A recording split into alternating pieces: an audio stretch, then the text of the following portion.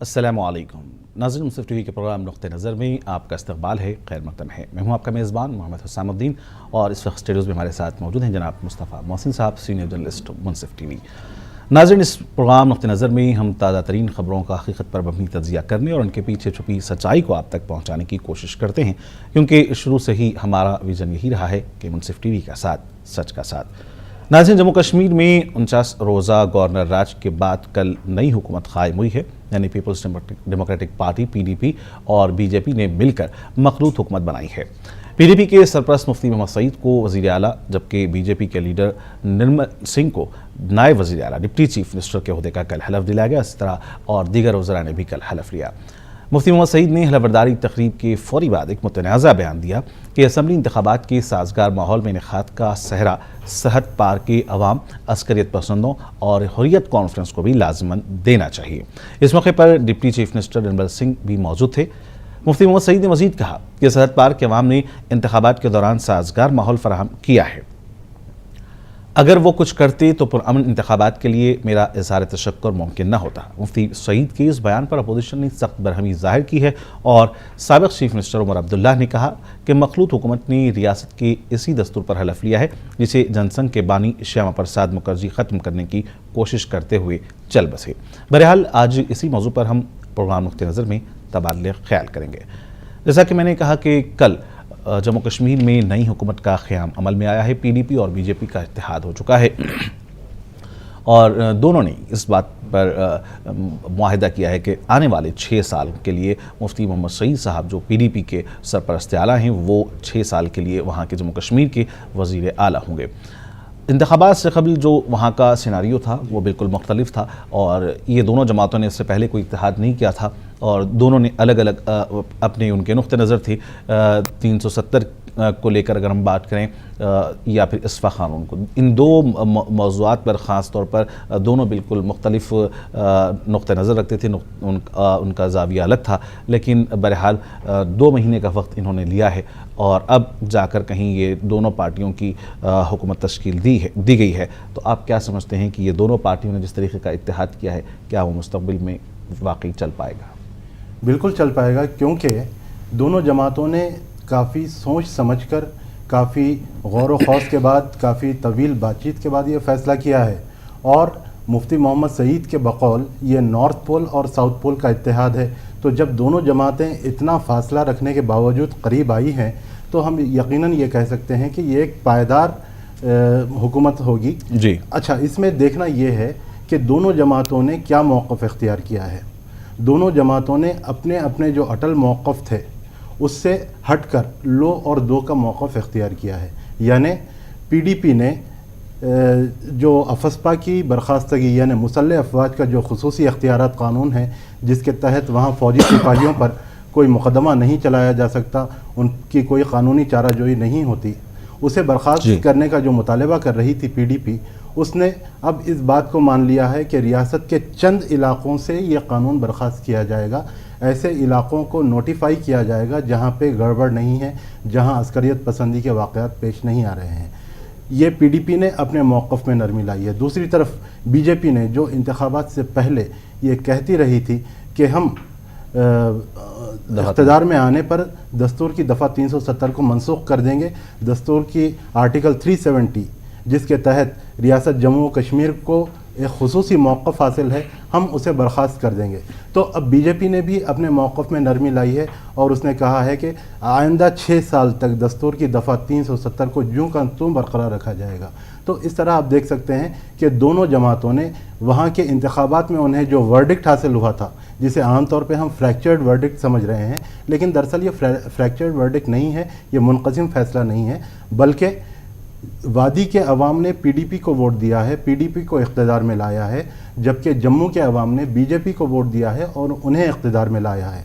तो जब दोनों जमातों ने अवाम की उमंगों का लिहाज करते हुए अवाम की नुमाइंदगी करने के लिए जब एक इत्तेहाद बनाया है, तो हमारे ख़्याल में ये एक पायदार हुकूमत होगी और इस तरह से इस रियासत को तरक्की भी हासिल होगी और ये आगे बढ़ेगी रियासत। जी ज़रूर। बहरहाल जिस तरीके से इन दोनों पार्टियों ने इत्तेहाद किया है, जैसा कि आपने कहा कि ये आवाम की मुनक़सिम राय नहीं थी, बल्कि जम्मू में जहाँ पर लोगों ने भारतीय जनता पार्टी को आगे बढ़ाया है और उनको मैंडेट दिया है, वहीं वादी में देखा गया कि पीडीपी को लोगों ने इख्तियार सौंपा और ज़्यादा से ज़्यादा पीडीपी ने वादी से नशस्तें हासिल की हैं। लेकिन अगर हम देखें तो इससे पहले जिस तरीके की हुकूमत वहाँ पर मौजूद थी, उससे पहले 2002 में भी मुफ्ती मोहम्मद सईद साहब वज़ीर आला रह चुके हैं। अपने नाज़रीन को बता दें कि 2002 से 2005 तक वज़ीर आला रह चुके हैं मुफ्ती मोहम्मद सईद साहब। उस वक्त उनकी एनसीपी के साथ इत्तेहाद था, लेकिन अब बहरहाल हालांकि एनसीपी ने और कांग्रेस ने दोनों ने भी पेशकश ज़रूर की थी इत्तेहाद की पीडीपी के साथ, लेकिन पीडीपी ने कांग्रेस के और नेशनल कॉन्फ्रेंस के इत्तेहाद को ठुकराते हुए बीजेपी के साथ इत्तेहाद किया है। बहरहाल जैसा कि आपने कहा कि अवाम की तवक्कात को मद्देनज़र रखते हुए ही ग़ालिबन इन दोनों जमातों ने इत्तेहाद किया है और हुकूमत तश्कील दी गई है। इस वक्त हमारे साथ जम्मू कश्मीर से हमारे नुमाइंदे शबनम फैयाज़ साहब मौजूद हैं, उनसे गुफ्तगू करते हैं और जानते हैं कि क्या कुछ सूरत-ए-हाल इस वक्त कश्मीर की है। जी शबनम साहब, इस वक्त प्रोग्राम नुक़्ते नज़र में पहले हम आपका इस्तक़बाल करते हैं और हमारा सवाल ये है कि कल जिस तरीके की हुकूमत बनी है और गवर्नर राज का समझिए कि कल इख्तिताम हुआ और नई हुकूमत वहाँ पर बीजेपी और पीडीपी की बनी है, किस तरीके से वो अवाम की तवक्कात को, अवाम की उम्मीदों पर खरी उतरेगी, पूरा उतरेगी? देखिए खैर मकदम आपका भी कि आपने मुझे याद किया इस टाइम, और मैं ये कहना चाहूंगा कि ये जो हुकूमत बनी है बीजेपी की और पीडीपी की, ये पहली बार रियासत जम्मू कश्मीर में एक ऐसी हुकूमत होगी जिसको चैलेंजेस दरपेश होंगे हद से ज्यादा। जी जी जी। क्योंकि उसकी वजह ये है कि ये जम्मू में बीजेपी को वोट मिला है और कश्मीर में पीडीपी को वोट मिला है सबसे ज्यादा, और ये दोनों अलग नजरिया रखने वाली पार्टियां हैं।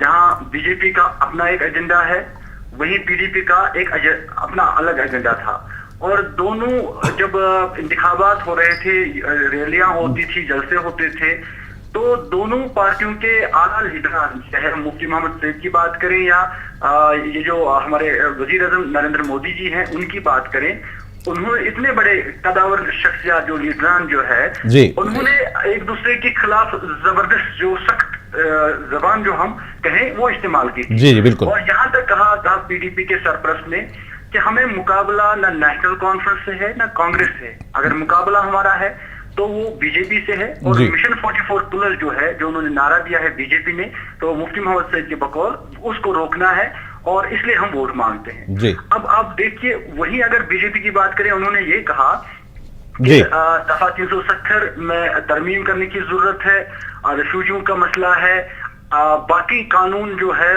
उसको स्ट्रांग बनाने की जरूरत है, और रियासत जम्मू कश्मीर जो है मुल्क के साथ जोड़ने की, उसका रिश्ता मजबूत करने की जरूरत है। जी। लेकिन अब जब वोट सामने आया और जो नतीजे सामने आए तो अलग नतीजे रहे। न नेशनल कॉन्फ्रेंस सरकार बना सकी, ना कांग्रेस, ना पीडीपी, ना बीजेपी। जी जी जी। अब सेकुलर कहने वाली जो तंजीमें हैं, उनमें हम कांग्रेस कहेंगे, नेशनल कॉन्फ्रेंस कहेंगे या पीडीपी, तो उन ये एक दूसरे से मतलब कहने लगी कि हम ताउन देंगे कांग्रेस और नेशनल कॉन्फ्रेंस पीडीपी को, लेकिन ऐसा नहीं हो सका। और नतीजा ये हुआ कि बीजेपी और ये जो पीडीपी, इनकी बात आगे चली और इन्होंने ये जो बातों का सिलसिला आगे बढ़ाया, और 52 रोज लगे, गवर्नर राज रहा 52 रोज तक, उसके बाद ये नतीजा सामने आया और ये जो सिलसिला बातचीत का था ये जारी था। लेकिन ये जो रिश्ता उन्होंने जोड़ा है, अब खुद आप अंदाजा लगा सकते हैं कि किन मुद्दों पे उन्होंने वोट लिए थे। जी साहब, जी जी जी बिल्कुल, आपने जो इससे पहले का जो मुकम्मल सिनेरियो बताया है बिल्कुल सही है, लेकिन अब सवाल ये पैदा होता है कि ये जो इत्तेहाद हुआ है, क्या वो कोई खुफिया समझौते की बुनियाद पर हुआ है या अवाम के मफादात को सामने रखते हुए किया गया है?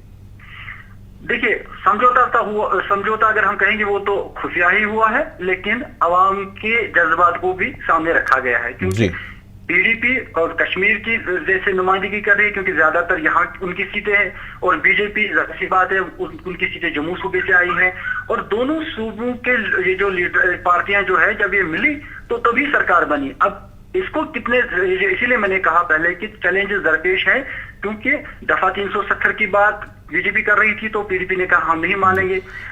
यहाँ अफस्पा की बात पीडीपी ने उठाई तो बीजेपी ने कहा कि नहीं, ये फौज का मामला है, इसको देखा जाएगा और अभी कोई हतमी फैसला इस पर नहीं लिया जा सकता। जी शनवाज साहब, जी सबसे बड़ा मसला यह है कि यहाँ बिजली का निजाम, जो पावर प्रोजेक्ट्स एनएचपीसी के पास हैं, उनको वापस लाना। यहाँ जो सैलाब, आपने देखा होगा कि रियासत जम्मू कश्मीर खुशनुवादी सूबे को किस कदर तबाही का सामना करना पड़ा उस सैलाब से। उन लोगों के मसाइल जो है, क्या उनको मकान मिलेंगे, उन दुकानदारों को वो मुआवजा मिलेगा, क्या उनके कर्जे माफ होंगे, जो यहाँ के ये जो जमींदार लोग हैं, किसान लोग हैं, क्या उनको किसान लोन माफ होगा। तो ये चीजें हैं बहुत सारी, अफस्पा और 370 को छोड़ के, तो ये चीजें हैं जिस पर तवज्जो देनी होगी। अगर इस पर तवज्जो न दे सकी सरकार तो ये एक नाकाम सरकार ही कहलाई जाएगी। लेकिन अगर इस बार इन चीजों पर उन्होंने तवज्जो दी और इन लोगों के मसाइल हल किए तो शायद इस सरकार का मतलब जी बिल्कुल सही कहा आपने, मुस्तकबिल में सरकार कामयाबी के साथ चल सकती है। शनम जी, एक और सवाल ये है कि कांग्रेस ने और नेशनल कॉन्फ्रेंस ने भी पीडीपी को इत्तेहाद के लिए हाथ आगे बढ़ाया था और आपने कहा कि ये बहरहाल सेकुलर जमातें कहलाई जा सकती हैं, लेकिन आखिर क्या वजह रही कि क्या मरकज़ में बीजेपी की सरकार होने की वजह से पीडीपी ने बहरहाल बीजेपी के सामने घुटने टेके और नेशनल कॉन्फ्रेंस या फिर कांग्रेस के साथ इत्तेहाद नहीं किया, जबकि उनके साथ भी इत्तेहाद करते हुए वो वहाँ पर एक मजबूत हुकूमत तश्कील दे सकती थी, जैसा कि साबिक़ में 2002 में किया गया था। ये भी सही बात है, लेकिन कांग्रेस को के साथ अगर वो सरकार बनाना चाहते तो नहीं बना सकते, क्योंकि उसमें भी कुछ कमी रहती है। और मुफ्ती मोहम्मद सईद एक संजीदा लीडर है, उसको पता है कि अगर 4 ही सीटें, 4 ही नशिस्तें बाहर की सपोर्ट हमें लेना पड़ा, अगर वो 4 नशिस्तें कभी हमसे मुकर गई, हमारा सपोर्ट वापस लिया तो सरकार गिर सकती है। तो दूसरी बात, अगर नेशनल कॉन्फ्रेंस, जब उन्होंने नेशनल कॉन्फ्रेंस ने जब उनको दावत दी कि हम आपको सपोर्ट देंगे, लेकिन वहां मसला मुफ्ती मोहम्मद सईद के लिए ये था कि उसको जो अपोजिशन, जिसको डांट कर, जिनके खिलाफ सख्त जबान इस्तेमाल करके या जिनके खिलाफ वो प्रचार करके मतलब इतने 28 सीटें लेने में कामयाब हुए, तो वो जब उनका साथी हो जाती, वो पार्टी उनके साथ मिल जाती, तो उसको आगे किसके खिलाफ वो अगले इलेक्शन में बात करती, तो वो तो जाहिर सी बात है। लेकिन सबसे बड़ी बात जो आपने कही कि मरकज में जो बीजेपी की सरकार है, जो भी फंड्स, जो भी डेवलपमेंट के लिए, जो जब तक मरकज का रवैया नरम ना होगा किसी रियासत के लिए, तब तक उस रियासत की सरकार को चलाना, उसमें कठिनाइयां आ सकती है। तो उसको भी मद्देनजर रखते हुए मुफ्ती मोहम्मद सईद ने बेहतर यही समझा कि उन्होंने कहा कि हम बीजेपी के साथ सरकार। जी, पहला बयान जो वज़ीर आला जम्मू कश्मीर का मुफ्ती मोहम्मद सईद साहब का सामने आया है, वो एक बयान तो बहरहाल ठीक है कि उन्होंने कहा है कि हम जम्मू कश्मीर में अपनी पहली तरजीह होगी कि हम अमन व अमान को कायम करने की कोशिश करेंगे और जमहूरियत की बहाली की हम कोशिश करेंगे। अब और बहरहाल उनके लिए चैलेंजेस भी हैं जम्मू कश्मीर में दीगर रियासतों के मुकाबले में, अगर हम अमन व अमान की बात करें। लेकिन जो दूसरा एक बयान उन्होंने जो दिया है, वो बयान कहीं ना कहीं मुतनाज़ा ज़रूर है कि उन्होंने जो इस इलेक्शन का जो मुकम्मल प्रोसेस रहा, जो पुरअमन इलेक्शन रहा और इस मरतबा काफ़ी भारी तादाद में रायदही हुई है, इसका समझिए इसकी सराहना या इसका सहरा अलहदगी पसंद कायदीन से, अलहदगी पसंद जमातों से और साथ ही साथ पाकिस्तान के भी सर बांधा है। और इसको लेकर कहीं ना कहीं एक नई जो सिचुएशन पैदा हुई है बीजेपी के लिए, बहरहाल कहीं ना कहीं परेशान कुन है। और कांग्रेस और दीगर पार्टियों ने इस मामले को लेकर बीजेपी को और इस नई हुकूमत को घेरने की कोशिश की है। आखिर ऐसा बयान क्यों दिया गया है, जबकि उन्होंने ये बयान खुद ये कहते हुए दिया है कि मैं ये ऑनलाइन यानी ऑन रिकॉर्ड बयान दे रहा हूँ।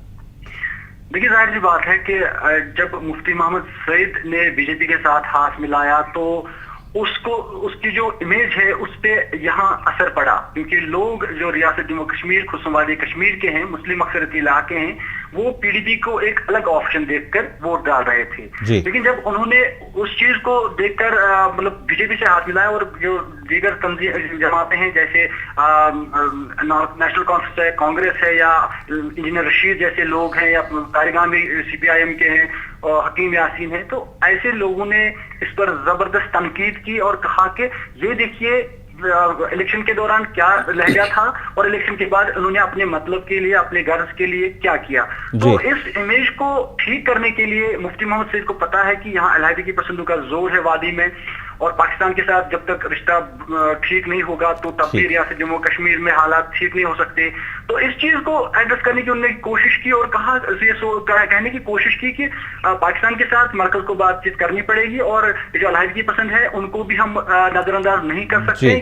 ये इस तरह का बयान इसी की गमाजी करता है कि नहीं, मुफ्ती मोहम्मद सईद जो है ये रियासत जम्मू कश्मीर के अमन के लिए आगे बढ़ना चाहते हैं। जी बिल्कुल सही कहा शबनम आपने कि इन अलहदगी पसंद जमातों को भी और तमाम लोगों को भी मेन स्ट्रीम में लेकर चलने की बहरहाल कोशिश की होगी। और फिर जैसा कि आपने कहा कि बीजेपी के साथ इत्तेहाद को लेकर जो ख़ास तौर पर पीडीपी कैडर के अंदर बहरहाल जो तशवीश थी उससे भी दूर करने के लिए शायद मुमकिन ऐसा बयान बहरहाल दिया होगा। आने वाला वक्त ही बताएगा कि इस बयान का किस तरीके का असर पीडीपी पर या उस हुकूमत पर पड़ सकता है। बहरहाल हमारी नई ख्वाहिशात हैं कि जो नई हुकूमत बनी है वो वहाँ की आवाम के लिए बेहतरी और भलाई के इक़दाम के साथ आगे बढ़ते रहे। बहुत बहुत शुक्रिया शबनम फैयाज इन मालूमात को हम तक पहुँचाने का। नाज़रीन, ये थी हमारे नुमाइंदे शबनम फैयाज जो जम्मू कश्मीर से बराह रास्त टेलीफोन पर हमसे गुफ्तगू कर रहे थे और वहाँ के हालात से आगे ही दे रहे थे। प्रोग्राम नुक्ते नज़र में वक्त चला है एक मुख्तसर से वक्फे का, जाइएगा नहीं, लौटते हैं कुछ ही देर बाद और गुफ्तगू हमारी जारी रहेगी।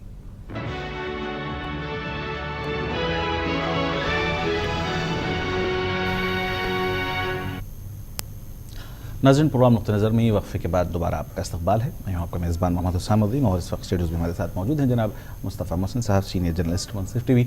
और आज हम प्रोग्राम नुक्ते नज़र में गुफ्तगू कर रहे हैं जम्मू कश्मीर की जो नई हुकूमत कल बनी है वो किस तरीके के आगे इक़दाम रहेंगे उसके अवाम के लिए, और ये जो इत्तेहाद है पीडीपी और बीजेपी का ये किस तरीके से अवाम के मुफाद में काम करेगा। लेकिन बात फिर एक बार घूम फिर के वहाँ आती है जब कल मुफ्ती मोहम्मद सईद साहब ने हलफबरदारी तकरीब के बाद एक बहरहाल उससे मुतनाज़ा बयान ही समझा जाएगा जिस तरीके से अपोजिशन पार्टियों ने घेरने की कोशिश की है। और उन्होंने कहा है कि ये जो इंतखाबात आम इंतखाबात जो हुए जिसमें काफ़ी बड़ी तादाद में मरतबा राय दही हुई थी गुज़िश्ता के मुकाबले में, और रायशुमारी का तनासब काफ़ी इस बार ज़्यादा था, करीब 70% से के आसपास समझिए कि इस बार रायशुमारी हुई थी। इसका सहरा उन्होंने अलहदगी पसंद कायदीन और साथ ही साथ पाकिस्तान और फिर इस तरीके की समझिए कि हुर्रियत कॉन्फ्रेंस वगैरह के सर भी बांधने की कोशिश की है, जिस पर हमारे शबनम फैयाज साहब का कहना था कि कहीं ना कहीं ये इन लोगों को भी साथ में लेकर चलने की कोशिश है, क्योंकि बीजेपी से इत्तेहाद के बाद कहीं ना कहीं एक प्रेशर का पीडीपी के ऊपर हालात ऐसे बन रहे थे उनके अपने कैडर को लेकर, उसको दूर करने के लिए उन्होंने इस तरीके का बयान दिया है। कितना सही समझते हैं आप? जी बिल्कुल, शबनम फैयाज ने जो बात कही है मैं उससे पूरा इत्तेफाक करता हूँ। ये रियासत के तमाम गोशों को साथ लेकर चलने की एक कोशिश है, क्योंकि जब बीजेपी ने मिशन 44+ की कॉल दी थी तो उस वक्त उसने भी ये नहीं सोचा था कि आगे चलकर एक ऐसी सूरत हाल पैदा होगी जहां उसे पीडीपी के साथ मिलकर हुकूमत बनानी पड़ेगी। इस तरह से एक तरह से जो बीजेपी के हामी अवाम थे वो भी उससे कुछ नाराज़ दिखाई दे रहे थे, दूसरी तरफ पीडीपी के हामी जो थे वो भी उससे कुछ नाराज़ दिखाई दे रहे थे जब दोनों की हुकूमत बनाने की बात चल रही थी। तो जब मुफ्ती सईद ने यह बयान दिया है तो उन्होंने एक तरह से अलहदगी पसंदों और तमाम लोगों को साथ लेकर चलने की कोशिश की है और ये अच्छा बयान है। इसी के साथ मैं ये भी कहना चाहूँगा कि दोनों जमातों ने आवाम से जो वादे किए हैं उन पर कायम रहें और उन्हें पूरा करें, क्योंकि इन्हीं वादों की बुनियाद पर वो इक़्तिदार में आए हैं और आवाम ने उन पर भरोसा किया है। जैसा कि बीजेपी ने कहा था जी कि हम मगरबी पाकिस्तान के पनाह गज़ीनों को जो 1947, 1965 और 1971 की जंग के बाद पाक मकबूजा कश्मीर से जम्मू कश्मीर पहुंच गए थे, हम उनकी बाज़ाबातकारी और उन्हें रियासत की शहरियत दिलाने की कोशिश करेंगे। तो आप देखेंगे कि ये मसला दोनों जमातों ने जैसे का वैसा छोड़ दिया है अपनी बातचीत में। इसमें कुछ पेशरफ्त नहीं हुई है, इस पर कुछ तयक़ुन नहीं दिया गया है। दो अहम मसाइल जो थे उन पर समझौता कर लिया गया है। तो बहरहाल इन चीज़ों को भी एक समझिए कि नुक्ते पर पहुंचने के लिए 49 दिन का वक्त लगा है। मुमकिन है, मैं समझता हूँ कि बाज़ इस तरीके की जो मुतनाज़ा चीज़ें हैं उसको पीछे रखा गया है और मुमकिन है कि आने वाले वक्त में उस पर गुफ्तगू की जाएगी। जी बिल्कुल, आपकी बात सही है। तो इन जो मुतनाज़ा उमूर थे, जो मुतनाज़ा नुकात थे, उन पर उन्होंने समझौता किया है, ये तो ठीक है, लेकिन दूसरे जो वादे किए हैं उन्हें पूरा करने की कोशिश करें। नाज़रीन, इसी मौजू को लेकर हम और आगे बढ़ते हैं। इस वक्त नई दिल्ली से हमारे साथ सीनियर जर्नलिस्ट और पॉलिटिकल एनालिस्ट जनाब अभय कुमार साहब हमारे साथ फ़ोन लाइन पर मौजूद हैं। उनसे भी जानते हैं कि वो किस तरीके से इस नई हुकूमत को लेते हैं, पीडीपी और बीजेपी के इत्तेहाद को। अभय कुमार साहब, प्रोग्राम नुक्ते नज़र में आपका इस्तकबाल है, वेलकम करते हैं आपको। और हमारा सवाल ये है कि कल नई हुकूमत जो जम्मू कश्मीर में 49 दिन के गवर्नर राज के खात्मे के बाद बनी हैं, और वो बहरहाल हमारी नेक तवक्कात उनकी ख्वाहिशात हमारी उस हुकूमत के साथ हैं कि आने वाले दिनों में वो बेहतर कारकर्दगी दिखाएं। लेकिन बहरहाल दो मुख्तलिफ नुक्ते नज़र या ज़ाविये रखने वाली जमातें जिन्होंने इलेक्शन के दौरान भी एक दूसरे के ख़िलाफ़ बयानात दिए थे, आखिर वो किस तरीके पर एक प्लेटफॉर्म पर आईं? क्या ये कोई खुफिया एजेंडा या कोई खुफिया समझौता इनके दरमियान हुआ है?